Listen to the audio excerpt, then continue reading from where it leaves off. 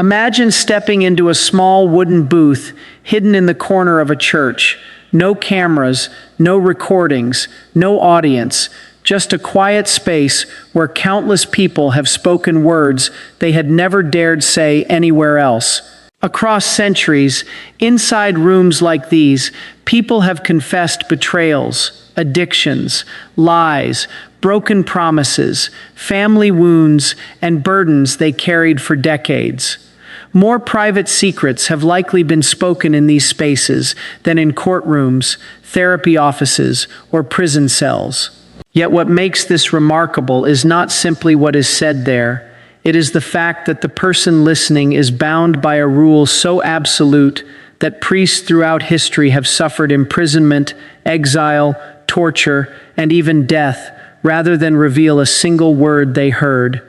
Not spies, not government agents, ordinary priests who believed that protecting a confession was worth any sacrifice. But that is only part of the story. What happens inside confession is far more unusual than many people realize. Most people assume it is simply a religious ritual where someone admits wrongdoing and receives forgiveness. Yet beneath the surface is a process that touches something deep within human nature. Modern psychologists, addiction specialists, and researchers studying human behavior have increasingly recognized the power of speaking painful truths aloud in a structured environment. There appears to be something uniquely transformative about naming a hidden failure before another human being and receiving a response that is neither condemnation nor rejection. It is a process that often accomplishes something private reflection alone cannot. To understand why confession still exists after so many centuries, it helps to begin with a surprising fact. The familiar confessional booth that many people associate with Catholicism did not exist during the early centuries of Christianity. In fact, the original practice looked completely different and, for many people, far more intimidating. In the earliest Christian communities, serious sins were often confessed publicly. If someone committed a grave offense such as adultery, murder, or abandoning the faith, they did not quietly speak to a priest behind a screen. Instead, they stood before the entire community. Their repentance became visible to everyone around them. They might spend months or even years performing public acts of penance. They wore rough clothing, fasted openly, and were excluded from certain religious practices until their repentance was considered complete. The purpose was clear. The community wanted visible proof that a person genuinely regretted what they had done. In small and tightly connected communities, this system had a certain logic. Everyone knew one another. Public accountability seemed to reinforce moral responsibility. Yet over time, a serious problem emerged. The cost of public confession became so high that many people stopped participating altogether. Faced with humiliation that could follow them for years, countless believers chose silence instead. Rather than confessing during their lives, many delayed until they were close to death, hoping that one final confession would be enough. Church leaders watched as a system designed to encourage repentance began producing the opposite effect. People feared exposure more than they desired reconciliation. Then, in an unexpected corner of the Christian world, a different approach began to emerge. During the 6th and 7th centuries, Irish monks living in isolated monasteries quietly developed a practice that would eventually transform Christianity. Instead of requiring public admissions of guilt, they began hearing confessions privately. A single person would meet with a monk, speak openly about personal failings, and receive a private penance rather than a public punishment. These monks even created handwritten guides known as penitentials. These books listed various sins and recommended forms of penance for each one. In many ways, they served as practical manuals designed to help priests guide people through the process of repentance. Although this approach seems normal today, it was controversial at the time. Many church leaders viewed it with suspicion. They worried that private confession weakened accountability. Some believed it made repentance too easy and too hidden. Yet despite the criticism, something important happened. People started confessing again. Once the fear of public humiliation disappeared, individuals became far more willing to acknowledge their failures honestly. The practice spread from Ireland into Britain and then throughout Europe. Generation after generation, private confession gradually replaced the older public system. By the early Middle Ages, it had become the standard practice across much of the Christian world. The next major change came centuries later and introduced the feature most people recognize immediately today, the confessional booth itself. Surprisingly, the enclosed confessional structure did not appear until the 16th century. Many assume it had existed since the time of the apostles, but history tells a different story. During the Counter-Reformation, church leaders faced a difficult reality. Confessions often took place in open rooms, sacristies, or private settings where priests and penitents met alone. Unfortunately, documented cases revealed that some clergy abused this arrangement. Vulnerable individuals, particularly women seeking spiritual guidance, were sometimes manipulated under the cover of private counseling. In response, church authorities introduced a practical solution. A physical barrier would separate priest and penitent. The wooden screen or grill that became the defining feature of the confessional was not originally designed to create mystery. It was created to provide protection. The barrier established clear boundaries, encouraged anonymity, and reduced opportunities for misconduct. What many people now associate with secrecy actually began as a safeguard intended to protect the vulnerable. The symbolism of that simple wooden screen would eventually become one of the most recognizable images in Catholic life. Yet its original purpose was remarkably practical. It represented an effort to create trust, accountability, and safety within the sacrament itself. But the most astonishing aspect of confession is not the booth, the ritual, or even the prayers. It is the promise that surrounds everything spoken inside. A promise so serious that it has survived kings, governments, revolutions, and centuries of pressure. Throughout history, powerful rulers have demanded access to confessions. Courts have attempted to force priests to reveal what they heard. Authorities have threatened punishment and imprisonment. Yet again and again, priests refused. That unwavering commitment would produce some of the most extraordinary stories in the history of the Church and reveal why confession remains one of the most protected forms of communication ever created. And as we continue, the deeper question becomes impossible to ignore. What is so important about what happens inside that room that generations of men were willing to lose everything rather than speak a single word? That question leads directly into one of the most remarkable features of confession, the seal of confidentiality. While many institutions promise privacy, very few guarantee it without exception. Doctors, therapists, lawyers, corporations, and governments all operate within systems that contain circumstances where information may be disclosed. Confession stands apart because the Catholic Church has maintained for centuries that what is spoken during the sacrament can never be revealed under any circumstances, not for political pressure, not for legal threats, not even to save the priest's own life. One of the most famous stories connected to this principle comes from the 14th century and centers on a priest named John of Nepomuc. According to the traditional account, the king of Bohemia became suspicious of his queen and demanded to know what she had confessed. The priest refused. Despite threats and torture, he would not reveal a single word. The story concludes with his death after being thrown into a river. Historians continue to debate certain details of the account, but the larger point remains uncontested. For centuries, John of Nepomuc became the symbol of a principle that the Church would defend with extraordinary consistency.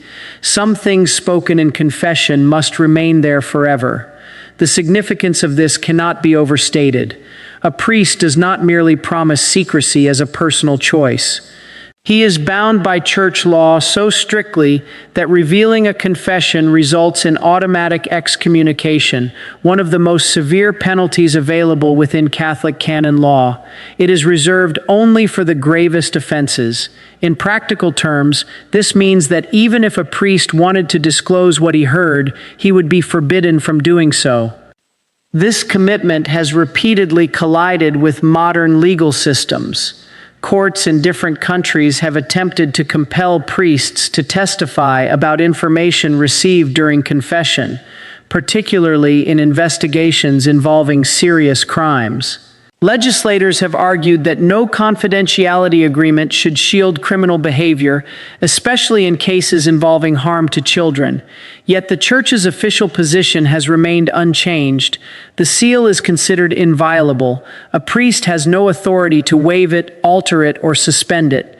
According to Catholic teaching, the information does not belong to him in the first place. Whether one agrees with that position or not, it creates something extraordinarily rare in human society. Imagine a place where a person knows with complete certainty that what is said will never leave the room.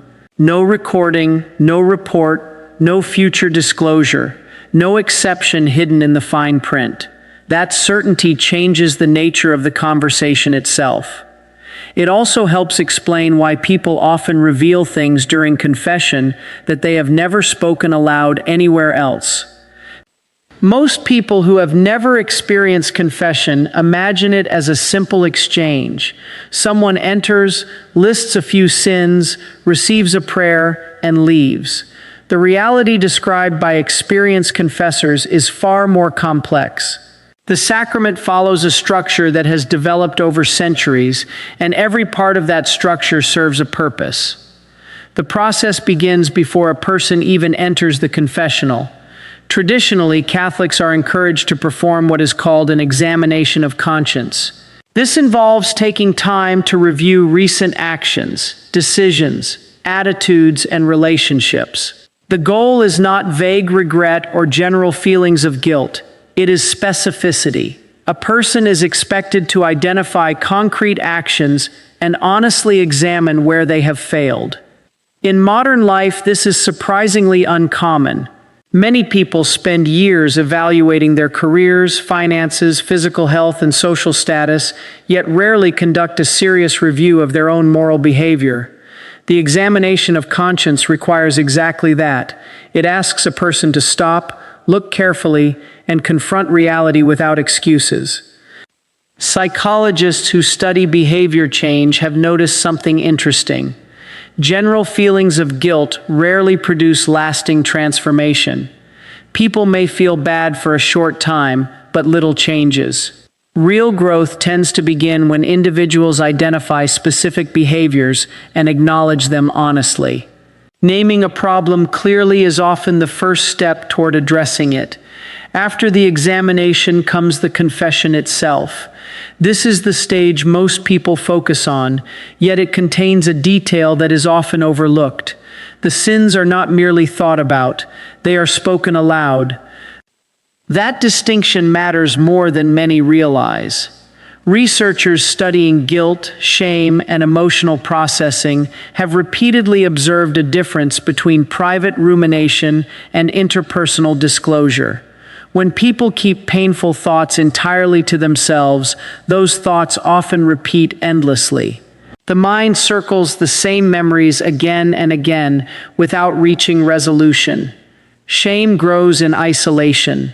Speaking the truth to another person creates a different experience. The act of verbalizing what has been hidden can reduce emotional pressure and interrupt cycles of internal repetition. This effect appears even outside religious settings. People often experience measurable relief when they disclose difficult truths to someone who listens without immediate condemnation. Confession is built around that principle. A person sits before another human being and says something they may have spent months or years avoiding. The priest listens. He does not react with shock. He does not recoil in disgust. In many cases, he has heard similar struggles hundreds or even thousands of times before. That calm response matters. Many people secretly fear that if others knew their worst mistakes, they would be rejected. Confession places that fear directly in front of them. Then, instead of rejection, they encounter a listener whose role is not to humiliate, but to guide. The next stage is penance and absolution. The priest typically assigns a simple act of penance. Sometimes it is a prayer. Sometimes it involves repairing harm done to another person, offering an apology, or making restitution where possible. The penance is not intended as punishment in the ordinary sense. Rather, it serves as a concrete response that encourages growth and accountability. Then comes the moment that distinguishes confession from nearly every other form of personal disclosure. The priest pronounces absolution. Within Catholic belief, this is not merely symbolic encouragement. It is understood as a real declaration that the sins confessed have been forgiven. The person is not simply told to move forward. They are told that the account itself has been closed. This idea is difficult for many modern people to grasp because so much of contemporary life leaves issues unresolved. Regret lingers. Mistakes remain open-ended. People continue carrying burdens long after events have passed. Confession introduces a radically different claim. Forgiveness is not merely a feeling. It is something that can be formally received. And perhaps the most demanding aspect of all falls upon the priest himself. Once absolution has been given, he is expected to treat those sins as though they no longer exist within his relationship with the penitent. He cannot bring them up later. He cannot allow them to shape future interactions. He cannot use them as leverage, even privately. For many priests, this becomes one of the most challenging responsibilities of their ministry. They may hear the darkest moment of someone's life and then encounter that same person the following week at Mass, in a hospital room, or walking through town. Their obligation is to greet that individual not as a collection of past failures, but as someone whose account has already been settled. You don't go dark. You don't simply disappear into nothing. Honesty, confidentiality, accountability, and forgiveness that creates an environment unlike almost anything else in human experience. Yet what people actually confess inside that room may be even more surprising than the process itself. What people actually confess is often very different from what outsiders imagine. If someone unfamiliar with confession were asked to guess what fills most of a priest's time in the confessional, they might picture shocking stories of crime, betrayal, addiction, or scandal. Those confessions certainly occur. Human beings are capable of serious wrongdoing, and priests hear their share of painful stories. Yet when experienced confessors speak publicly about patterns they have observed over decades, they consistently describe something much more ordinary and, in many ways, much more revealing about human nature. The majority of confessions are not centered on dramatic crimes. They revolve around relationships. Again and again, people enter the confessional carrying the weight of words they wish they had never spoken. Harsh comments directed at a spouse after a difficult day, years of resentment toward a sibling, neglect of aging parents, failure to forgive someone who caused deep pain, broken promises, habitual dishonesty in small matters, pride that slowly damages friendships, impatience with children, a refusal to apologize even when the need for reconciliation is obvious. What surprises many priests is how deeply these seemingly ordinary failures affect people. Public scandals often attract attention, but private wounds within relationships frequently produce greater long-term suffering. A person may spend years carrying regret over a conversation they never had, an apology they never offered, or a relationship they allowed to deteriorate through neglect. Psychologists have observed something similar. Guilt connected to a single event often fades as time passes. The memory remains, but its emotional intensity gradually decreases. Ongoing relational failures operate differently. They do not remain fixed in the past. They continue living in the present. Every missed phone call, every unresolved argument, every avoided conversation quietly adds to the burden. Instead of fading, the guilt accumulates. Confession forces those realities into the open. Rather than allowing vague feelings of regret to remain undefined, the sacrament asks people to identify them clearly. This alone can be surprisingly difficult. Many individuals discover that speaking a truth aloud requires far more courage than simply thinking about it. Internal thoughts can remain ambiguous. Spoken words become concrete. That is why some of the hardest confessions involve matters that might appear insignificant to an outside observer. A person can find it easier to discuss a dramatic mistake than to admit years of selfishness towards someone they love. The smaller failure often feels more personal because it exposes character rather than circumstance. Another pattern repeatedly described by priests involves repetition. Many people assume that confession should solve a problem once and for all. They imagine a person confessing a particular struggle and then moving forward without ever facing it again. Real life rarely works that way. Human beings tend to wrestle with the same weaknesses repeatedly. Someone may struggle with anger for decades. Another person may battle impatience, pride, dishonesty, envy, or harmful habits year after year. As a result, many confessions contain familiar themes. This reality can discourage people. Some begin to wonder whether they are sincere at all. If they continue confessing the same sin repeatedly, they may conclude that they are failing or that the sacrament is not accomplishing anything. Experienced confessors often see the situation differently. What changes over time is not always the existence of the struggle itself. What changes is the person's relationship to it. A man who confesses his temper for the 50th time may now recognize its triggers far more clearly than he did years earlier. A woman struggling with resentment may gradually become more honest about its roots and more committed to overcoming it. Growth often occurs slowly, almost invisibly. Instead of a dramatic transformation, it resembles a long process of refinement. This perspective challenges modern expectations. Contemporary culture often celebrates sudden breakthroughs and instant solutions.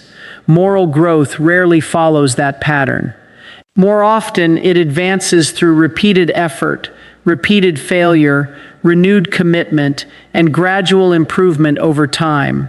For many priests, hearing the same struggle repeatedly does not signal insincerity. It signals that a person continues returning to the fight rather than surrendering to it. There is, however, another category of confession that presents a different challenge altogether. Some individuals experience what is known as scrupulosity. This condition involves excessive anxiety about moral or spiritual failure. A scrupulous person may become trapped in constant fear that they have sinned when they have not. They may repeatedly confess minor actions or even imaginary offenses, convinced that they remain unforgiven despite repeated assurances. To an outside observer, this may seem unusual. Yet priests encounter it often enough that they receive specific training to recognize it. The difficulty is that scrupulosity can closely resemble sincere religious devotion while actually functioning more like an anxiety disorder. The person is not seeking forgiveness because of genuine wrongdoing. Instead, they are seeking temporary relief from overwhelming fear. Good confessors learn to distinguish between these situations.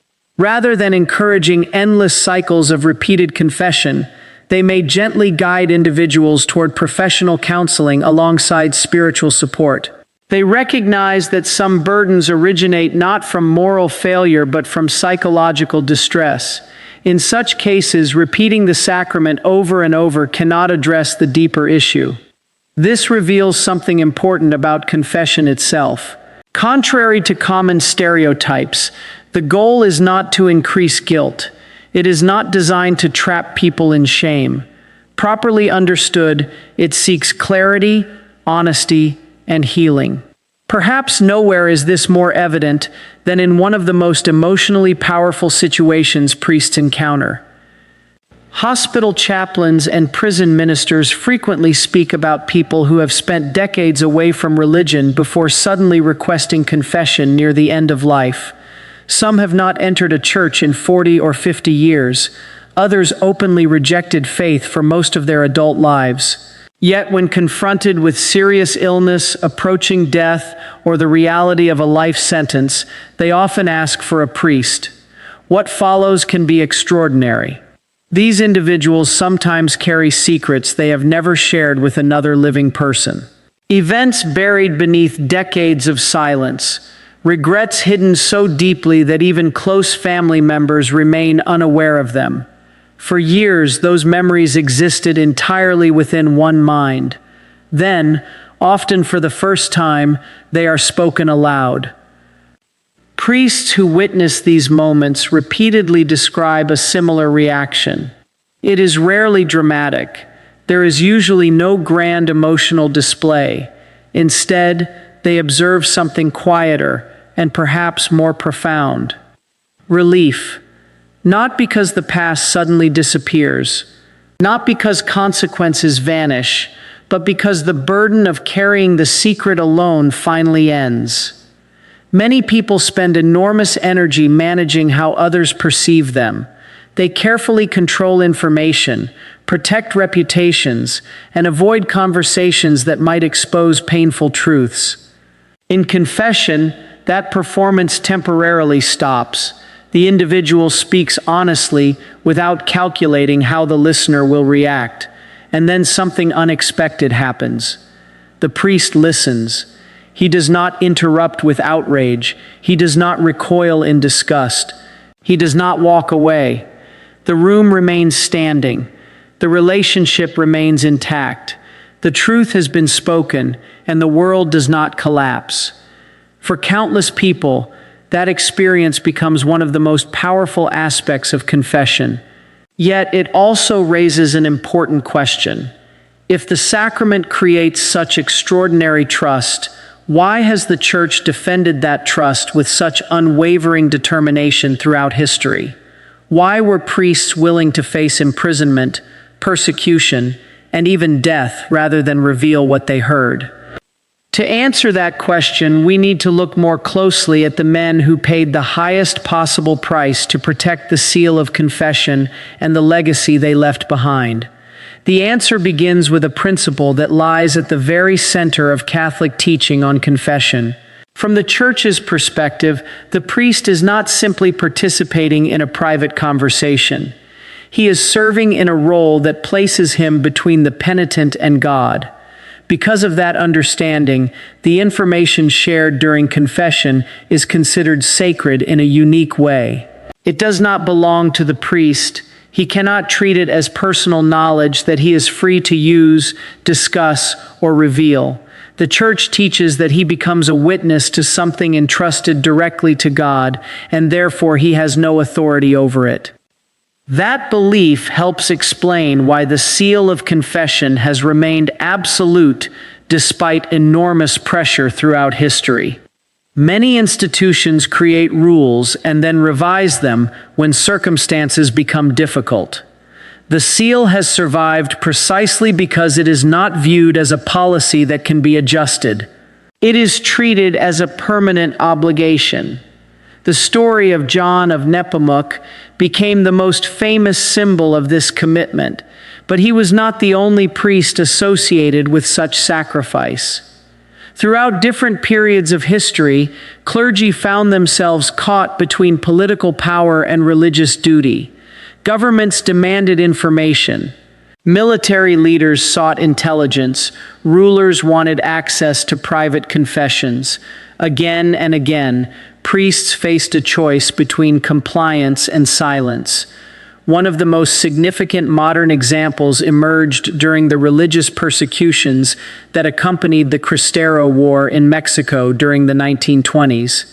In a period marked by intense hostility toward the church, many priests were arrested, imprisoned, and executed. Among them was Father Mateo Correa Magallanes. Historical accounts describe how Father Mateo was captured by military authorities and ordered to hear the confessions of prisoners who were about to be executed. After doing so, he was instructed to reveal what the prisoners had confessed. The authorities believed that valuable information might be obtained from those final admissions. Father Mateo refused. The demand was repeated. The pressure increased. Yet his answer remained unchanged. He would hear the confessions, but he would not disclose them. The refusal cost him his life. His execution became one more example of a pattern that stretches across centuries. Different countries, different governments, different circumstances, yet the same basic conflict continued to appear. Authorities wanted information. Priests insisted that the information could never be theirs to give. For many modern observers, this raises difficult questions. Some argue that no form of confidentiality should be absolute. Others maintain that certain protected spaces are necessary precisely because they create the trust required for complete honesty. Reasonable people can disagree about where that balance should be drawn. What cannot be denied is the extraordinary consistency with which the seal has been defended. That consistency matters because trust depends upon certainty. If people believed that a confession could later be revealed under enough pressure, the entire structure would change. The willingness to speak openly would begin to disappear. The room would become something different. And that brings us to one of the most misunderstood aspects of confession. Many people assume the sacrament is designed primarily to make individuals feel guilty. The popular stereotype often portrays the confessional as a place where people are reminded of their failures and leave feeling worse than when they arrived. Yet the experiences described by both priests and penitents point towards something quite different. Consider one of the most common fears people have before entering confession after a long absence. Someone who has not confessed in 10, 20, or even 40 years often imagines an uncomfortable encounter. They expect criticism. They assume the priest will react with disappointment or frustration. They worry about being judged for staying away so long. Priests who spend years hearing confessions consistently report the opposite. When someone returns after a long absence, the typical reaction is not irritation, it is gratitude. From the perspective of the sacrament, the return itself is the important event. The focus is not on how long the person stayed away, but on the fact that they came back at all. The entire structure exists to make reconciliation possible. Harshness would work directly against that purpose. Of course, priests are human beings. Individual experiences vary. Some encounters are better than others. No institution is entirely free from imperfect representatives, yet the official formation given to confessors specifically emphasizes patience, compassion, and encouragement, because fear of judgment remains one of the greatest obstacles preventing people from approaching the sacrament. Another widespread misconception involves repeated confession. A person may find themselves confessing the same weakness month after month and eventually conclude that something must be wrong. If genuine repentance exists, shouldn't the struggle disappear? The reality observed by experienced confessors is far more complex. Human beings rarely change in a straight line. Most personal growth unfolds gradually. Someone working to overcome impatience may improve significantly while still experiencing occasional failures. A person struggling with pride may become far more self-aware while continuing to battle old habits. Progress often occurs beneath the surface long before it becomes fully visible. Because of this, repeated confession of the same struggle is generally not viewed as evidence that the sacrament has failed. More often, it reflects the ordinary reality of moral development. People return because they continue striving, not because they have already achieved perfection. Taken together, these misconceptions reveal something important. Many people imagine confession as a room designed to expose weakness and magnify shame. Historically, psychologically, and theologically, the evidence points in another direction. The confessional was constructed around the idea that people need a place where they can stop defending themselves for a few moments. A place where they do not need to manage appearances, protect reputations, or calculate how others will respond. They can simply tell the truth. That truth may be uncomfortable. It may reveal painful realities. But within the structure of confession, it is met with confidentiality rather than exposure, and with the possibility of forgiveness rather than permanent condemnation. What makes this especially fascinating is that modern society has quietly recreated many elements of the same process in completely secular settings. Long after confession developed within Christianity, psychologists, addiction specialists, and restorative justice programs began arriving at surprisingly similar conclusions about what human beings need when dealing with guilt, shame, and wrongdoing. Without intending to imitate the sacrament, many of these modern approaches rediscovered some of the very principles that confession had been built around for centuries, and the parallels are too striking to ignore.